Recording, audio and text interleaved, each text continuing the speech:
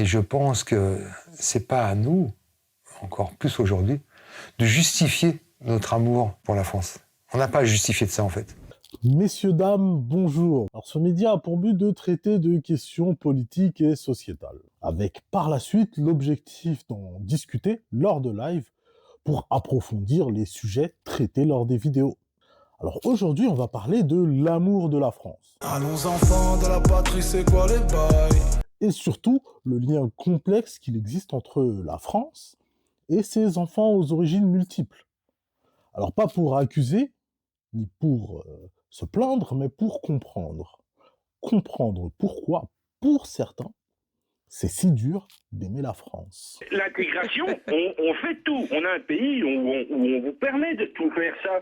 Lorsque vous dites « on vous permet », c'est qui on et c'est qui vous. Notre pays, la Alors, France. notre pays. Donc c'est mon Est-ce que pays. vous, dans vos pays Mais musulmans... voilà. Non, mais parce que Laurent, mon pays, c'est aussi la France. Tu es né ? Je suis née à Poitiers. Je vais au Maroc en vacances.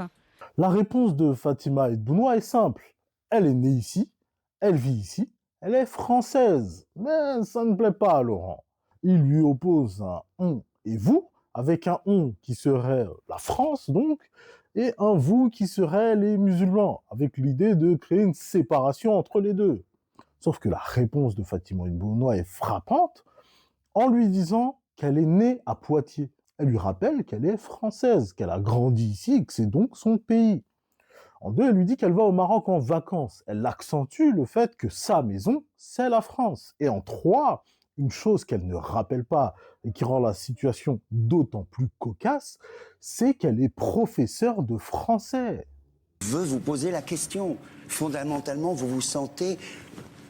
Dites-moi, humainement... Tout à fait, la réponse est là. La réponse est dans le livre. Absolument. Je suis suisse de nationalité, égyptien de mémoire, musulman de religion, européen de culture, universaliste de principe, marocain et mauricien d'adoption. Ce qui frappe dans la réponse de Tariq Ramadan, c'est la diversité. Alors Tariq Ramadan n'est pas français, il est suisse de nationalité, mais là n'est pas vraiment la question. C'est l'intention et la question appuyée de Francis Huster qui nous intéresse, et l'injonction à répondre de façon monolithique. Oui, beaucoup de gens pourraient se retrouver dans la réponse très diverse de Tariq Ramadan, notamment les Français d'origine non occidentale, ou qui portent en eux certains métissages. Mais enchaînons. Honnêtement, puisque je vous ai écouté tous les deux, on sait l'amour que tu as pour ton pays. Vous aimez la France ? J'aime la France, j'aime l'histoire de France, j'aime pas ce que parfois les Français en font. Non, mais vous aimez la France. Oui, j'aime l'histoire de France. Non, mais... Insatisfait de la réponse précédente, Francis Huster revient à la charge avec une question fermée.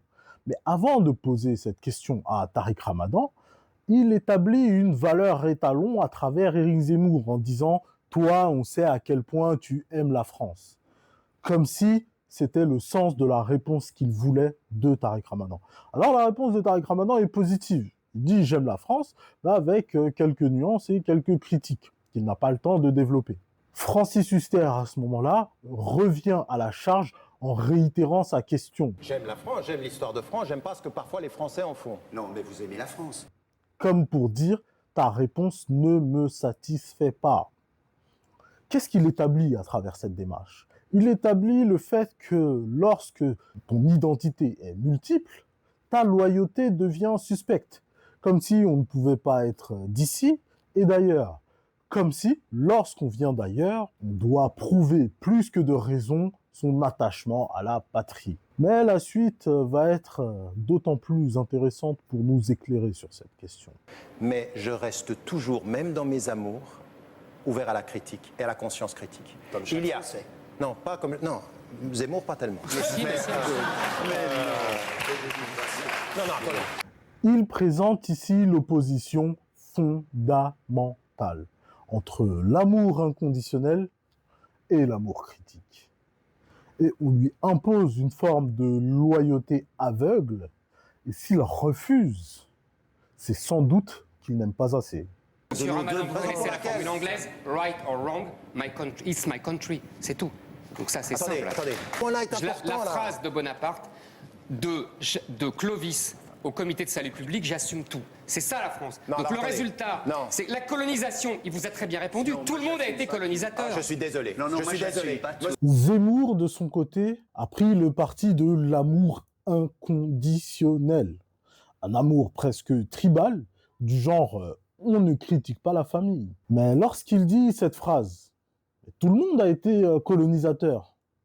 Lorsqu'on est français, originaire d'ailleurs, d'Afrique, d'Asie ou d'une ancienne colonie française, c'est un luxe qu'on ne peut se permettre. Alors Antoine Duléry, par un trait d'humour très bien senti, va traduire un sentiment assez répandu en France. Ce qu'on a fait dans le Moi, je pense passé. à l'épitaphe de Francis. J'espère qu'il va vivre le plus longtemps possible. Sur une tombe, on ne peut pas tout mettre, on peut pas mettre artiste français, sauf pendant la collaboration, sauf pendant ça, c'est pas truc, voilà. Il est artiste français. Antoine Duléry, de son côté, n'a pas toutes ces questions à se poser. Pour lui, l'histoire n'est finalement qu'une anecdote. Là où pour certains, c'est une véritable fracture. Plus récemment, Omar Sy a fait la une de l'actualité. Et un terme est revenu en boucle, l'ingratitude. Ça, c'est quand même des gens qui ont précisément leur propre intelligence, qui ont grandi en France, qui sont français et qui passent. En fait, ils passent en permanence d'un récit à l'autre. C'est impossible à suivre. C'est-à-dire que on est français comme tout le monde, mais en même temps, la France nous considère pas pareil. D'ailleurs, nous ne sommes pas pareils. Et en fait, la France nous a jamais considérés comme pareils. Et si on les considère pareils, en fait, ils sont pas pareils parce que regardez nos origines.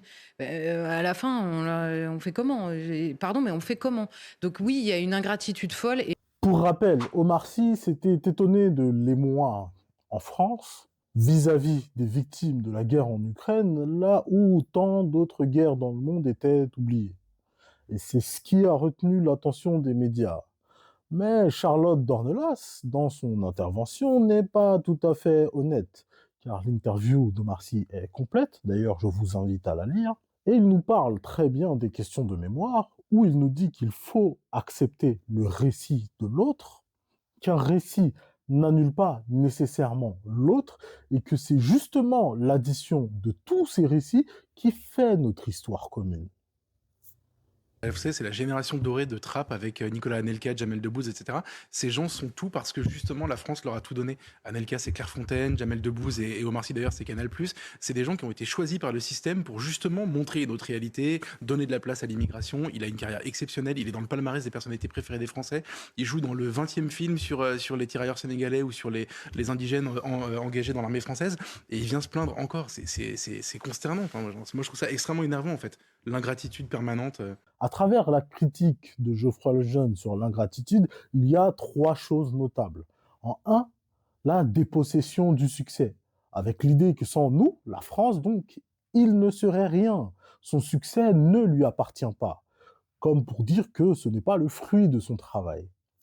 En 2, il y a la critique sur l'identité, avec l'idée que la France, ce serait lui et non la génération dorée de Trapp, comme il l'appelle. Et en 3, il y a les critiques sur l'homme en lui-même. Comment, dans le fond, une telle insubordination est possible ? Surtout pour Geoffroy Lejeune, qui, en tant que Français, se considère indirectement comme le responsable du succès d'Omar Sy. Ce que dit Omar Sy, qui est un people déconnecté, moi je trouve ça abominable. Par ailleurs, je rappelle que c'est un exilé fiscal, donc peut-être que lui n'est pas touché non plus par la pauvreté des Français, par exemple, à qui il néglige de reverser une partie de ses revenus, alors que Dieu sait que les Français lui en donnent beaucoup via le financement très largement public du cinéma français, donc cette ingratitude est odieuse. Charles Consigny enfonce le clou avec une critique massive sur son statut social. Plutôt que d'en faire un Français qui va permettre à la France de rayonner aux États-Unis, il le réduit à un statut d'exilé fiscal. L'attaque est lourde, mais suffisamment subtile pour ne pas être relevée par ses camarades, parce qu'elle le coupe à la fois du peuple et de la nation. Omar Sy reste l'une des personnalités préférées des Français. Ce que nous dit cette séquence, c'est qu'il y a une différence de perception entre les médias, les réseaux sociaux et l'opinion publique. Et que les Français, finalement, aiment Omar Sy, n'en déplaise aux médias de droite. Lorsqu'on me demande qui je suis, je réponds toujours la même chose.